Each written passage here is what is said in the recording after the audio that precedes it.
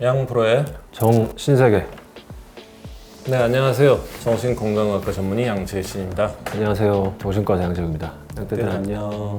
오늘은 돼지의 왕이라는 웰메이드 드라마에 대한 리뷰를 해보려고 합니다. 네, 우리가 왜 다루게 됐냐면 이게 외상후 스트레스 장애라는 그거를 전면적으로 이제 스토리를 관통하고 있기 때문에 저희가 다뤄야 되는 주제인 것 같습니다. 티빙에서 지금 돼지의 왕 드라마를 보고 계신 분들은 아시겠지만 중학교 시절에 학교폭력, 그렇죠. 학교폭력과 관련된 트라우마 그리고 그로 인한 외상후 스트레스 장애 그것과 연관된 범죄 이런 게 이제 주 스토리다 보니까 저희가 다룰 수밖에 없는 드라마죠.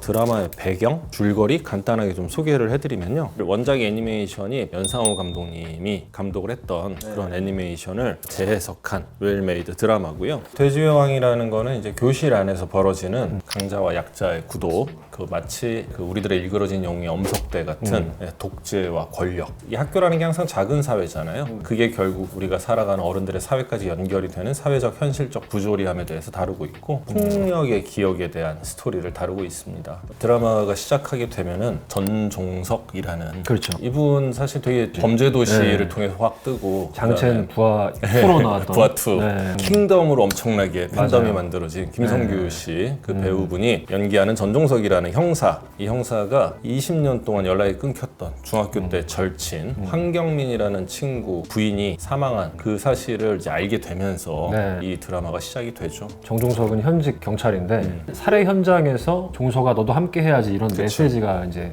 딱 써 있는 거죠. 경찰 입장에서 굉장히 당혹스러울 수밖에 없죠. 범죄자가 흔적을 남겼는데 내 이름을 거론했다. 그렇죠. 네, 거기서부터 이제 이 드라마가 시작이 돼요. 처음에 발견된 거는 이제 황경민 씨의 부인이 네. 항불안제, 신경안정제 같은 걸 복용하고 그걸 복용한 상태에서 연탄가스로 자살 시도를 했고 결국 자살한 채로 발견된 걸로 시작이 되는데 한 명이 더 있었네? 그런데 그게 남편이었네? 그럼 남편이 살해를 했거나 혹은 남편의 그 위력에 의한 자살이 아니냐라는 의문을 최정환 씨가 분한 여자 형사분이 그 의문을 가지면서부터 시작을 하는데 알고 봤더니 그분이 오히려 학교폭력의 피해자였던 거고 현직 형사인 전종석의 절친이었던 거죠. 네, 황경민이라는 캐릭터가 보이는 증상 그리고 과거에 겪었던 경험 이런 걸 토대로 외상후 스트레스 장애라는 거를 이제 추리할 수가 있어요. 일단 이 외상후 스트레스 장애는 말 그대로 외상이라는 걸 경험하고 나서 과각성이라든지 재경험이라고 해서 각성 상태가 일반인들보다 되게 높아요. 왜냐하면 내가 이제 죽을 뻔한 어떤 공포 그런 걸 느꼈기 때문에 강하게 각인이 되죠. 그러다 보니까 평소에 남들에게 되게 예민해져 있는 상태로 있는 게 과각성 상태라고 할 수가 있고 그 다음에 재경험이라고 하죠. 내가 원치 않는데 계속해서 과거의 그 경험, 기억들이 내 머릿속에서 재현이 되는 거. 그런 이제 두 가지 특성이 있고요.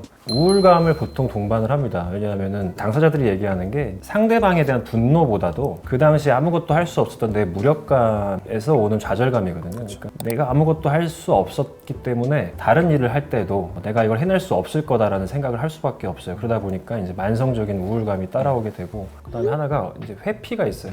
이 세 가지가 특징적인 증상이거든요. 여기 나왔던 황경민은 회피를 해왔던 거죠. 그 기억을 덮어놓고 나름 치료도 받고 나름 이제 현재를 살 수 있었는데 어떤 특정한 사건을 계기로 해서 과거의 것들이 한꺼번에 이제 다시 끌어나오는 그런 장면이 나오거든요. 그래서 이제 제 경험이 다시 각성되는 이제 그런 장면들을 통해서 우리가 이런 병이구나라는 걸 조금 더 이해할 수 있었던 것 같아요. 일상생활에서 좀 가볍게들 많이 얘기하시거든요. 어머 나 트라우마 있어, 나 트라우마 생겼어, 뭐 이런 얘기들 하시는데 그 심리적 외상이 이제 트라우마라는 단어의 정의가 될 텐데 트라우마 좀 다양하다고 생각하시면 될 것 같고 여러분들이 그냥 흔하게 사용하시는 것보다 훨씬 더 좀 더 무겁거나 깊은 상처에 가깝다고 말씀드리고 싶어요. 트라우마라는 게 과거에 경험했던 어떤 사고라든지 혹은 위기라든지 공포, 이와 유사한 일들이 벌어질 것 같은 상황에서 당시의 감정이 되살아나게 되는 건데 트라우마를 경험할 수 있는 것들이 재난이나 사고 같은 개인의 삶에 극적인 영향을 주는 굉장히 큰 사이즈의 트라우마도 있고요. 그게 아니라 개인적 경험을 통해서 자신의 존재 가치에 상처를 입게 되는 그런 좀 작은 사이즈의 트라우마도 있을 거고 다양합니다. 근데 중요한 거는 우리가 그냥 일상생활에 농담처럼 사용하기에는 좀 무겁고 깊은 그런 단어가 아닐까 싶어요.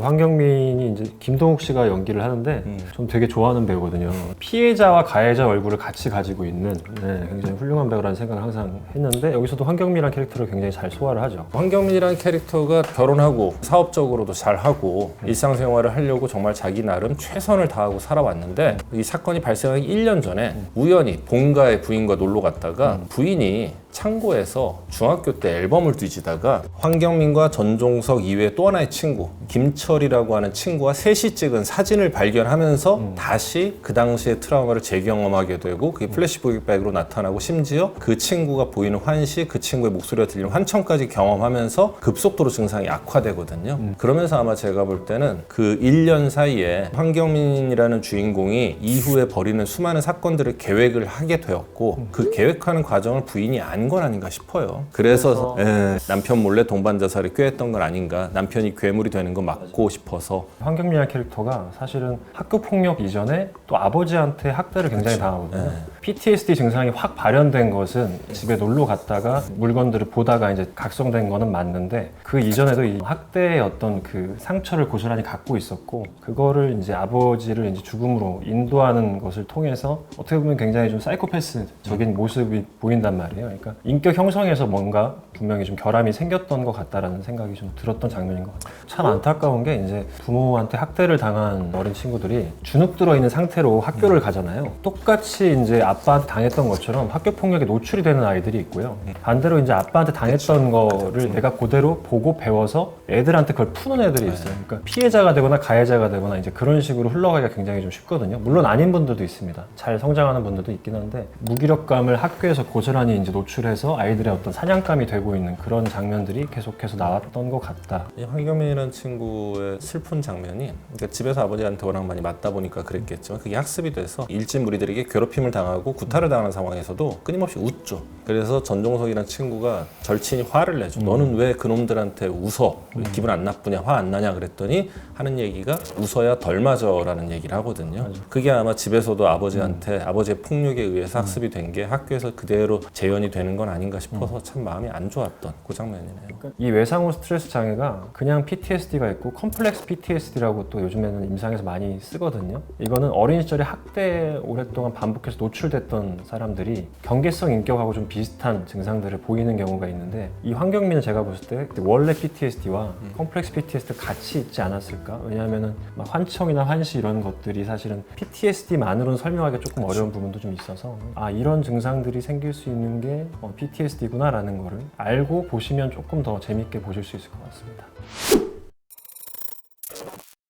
그 다음에는 이제 정종석에 대한 분석을 좀 해보자고 그러면 네. 굉장히 출중한 능력으로 서울청의 그 유명한 광수대에서 차기 반장 자리를 거의 내정이 돼 있는 그 정도의 능력자고 사실 과거에 중학교 때부터 이미 굉장히 바른 이미지고 굉장히 정의감이 넘치는 자기의 절친이 굉장히 등치 큰 일진들에게 괴롭힘을 당할 때 불의에 맞서 싸워서 끝까지 옥상에서 1대1 대결에서 이겨내죠.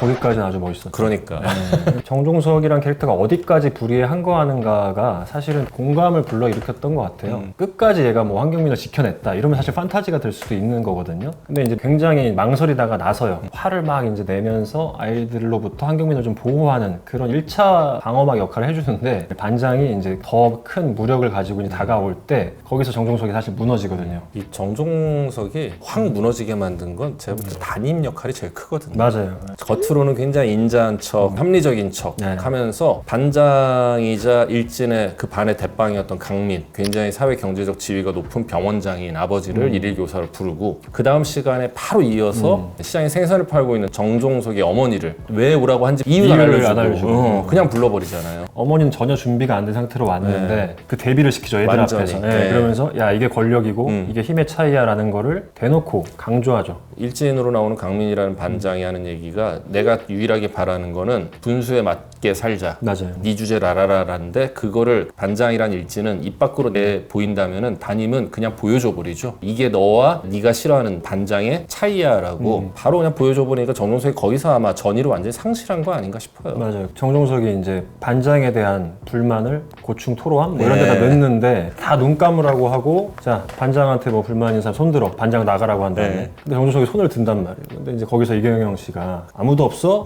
정종석 앞에 다가와가지고 우리 반은 없는 거구나 이러고 이제 넘긴단 말이죠. 거기서 정종석이 1차적으로 이제 타격을 입고 지금 말씀하신 이 장면에서 2차 타격을 입고 나서 아 이게 어른들이 어떻게 해줄 수 있는 게 아니구나 라는 걸 깨달으면서 이제 확 힘이 빠지는 그런 모습이 나오는 것 같고요. 이 반을 경영해야 되는데 되게 쉬운 방식을 택한 거예요. 그러니까 반장한테 내 정권을 위임하고 이 반장이 무너지지 않도록 하는 거거든요. 한 명, 두 명 이 반장한테 사실은 불만을 갖기 시작을 하면은 내가 내 반을 경영하는데 되게 불편해지고 어려워지고 귀찮아지거든요. 좀 어른들 입장에서 내가 지금 어떤 식으로 살고 있는가를 돌이켜볼 수 있는 반면 교사 역할을 이경영 씨가 잘했던 것 같다 이런 생각이 좀 들었습니다. 보는 시청자 입장에서도 강민도 나쁜 놈이지만 담임은 더 나쁜 놈이네라는 생각이 들도록 만들어져 있거든요. 맞아요. 어른 입장에서 쉽고 효율적으로 반을 운영했을지 몰라도 그 어린 아이들에게는 어마어마한 상처를 남긴 나쁜 사람이라는 생각이 듭니다. 네. 거기에 이제 강진아라는 캐릭터가 나오죠. 우수한 여형사고 정종석이라는 캐릭터가 계속해서 은폐하려고 하는 게 있잖아요. 일단 내가 피해자라는 걸 밝히는 게 얼마나 힘들어. 애들을 이끌고 있는 팀원이고 가장 앞장서가지고 범인 잡는 그러니까. 가장 용감한 어떤 그 우상 같은 존재인데 이 강진아 캐릭터가 그거를 이제 끌어내죠. 계속 기다려주다가 어느 순간에 이제 도저히 안 되겠다 싶어서 같이 이제 얘기하게 되는 이제 그런 거를 사건을 객관적으로 보면서 고군분투하는 캐릭터로 나옵니다. 이 강진아라는 캐릭터는 일반 형사로 나오고 그 안에서도 왕따를 당하고 있거든요. 다른 형사들과 이제 동료애가 없고 못 믿잖아요 기본적으로. 그러니까. 뭔가 못 믿게 된 경위가 있었을 것 분명히 같고 있었을 것 같아요. 그 과정에서 좌천된 것 같긴 합니다. 네. 가장 인상 깊었던 장면이 있어요? 제일 좀 통쾌하고 재밌었던 장면은 정종석이 이제 전의를 많이 상실한 이후에 네. 강민이 네. 자기 똘마니들과 타겟을 황경민에서 정종석으로 바꾸고 기절놀이 시키고 있는데 그때까지 조용히 지켜보던 철이가 야구공 던지고 달라붙어가지고 그냥 강민 패거리를 다 두들겨 패는 장면이 나오죠. 그게 저도 좀 소름 끼쳤어요. 네. 만약에 황경민만 계속 당하고 있었으면 철이란 치고는 아마 안 나섰을 수도 있겠다라는 생각이 들거든요. 근데 정종석이 사실 철이를 움직인 거죠. 그렇죠. 그 이기적인 어떤 동물의 왕국 같은 곳에서 남을 위해서 저렇게까지 애쓰는 게 정종석이 보여준 어떤 가치였거든요. 철이는 아마 정종석이 좋았던 것 같고 그래서 이제 움직이는 장면이 속이 시원했던 것 같고 그리고 강민이란 캐릭터도 너무 잘했어요. 네. 어릴 때 강민은 굉장히 나쁜 그 딱 악역을 정말 잘했던 것 같고 성인이 됐을 때 이 많은 생명을 구하고 있는 의사로서의 강민 하지만 여전히 그 양스러움이 묻어있는 그치. 그 모습들 강민이란 캐릭터 서사도 굉장히 공감하고 이입하기 좋았던 것 같아요. 몇 번 이런 대사가 나와요. 이렇게 많은 아이들이 있었는데 그 아이가 괴롭힘 당할 때 어느 하나 도와주지 않았어? 라는 얘기가 몇 번 나오거든요. 그게 현실이죠. 사실은 괴롭힌 일진 못지않게 방관자 또한 같은 가해자라는 얘기들을 많이 하는데 나는 그래도 누굴 괴롭힌 적은 없어 라고 자위하기 이전에 나도 혹시 방관한 건 아니었나? 라는 생각도 한번 해보시는 건 좋을 것 같아요. 왜 계속 종석이에게 경민이가 메시지를 남기고 있는지를 7화 8화 보면서 같이 추측을 해봐야 되니까요. 여러분들 다 같이 돼지의 왕 기대하고 남은 편을 즐겨주시면 좋겠습니다. 티빙 오리지널 드라마 돼지의 왕 기대하시고 많이들 봐주셨으면 좋겠습니다. 이건 정말로 재밌어요. 마인드 카페 사연 많이 남겨주시면 저희가 또 다루도록 하고요. 다른 또 좋은 작품들 여러분들이 리뷰해 주셨으면 좋겠다. 이 질화는 뭐냐 이렇게 궁금하신 거 댓글로 남겨주시면 다음에 전지의사 시점에서 다루도록 하겠습니다. 구독, 좋아요. 알림 설정 꾹.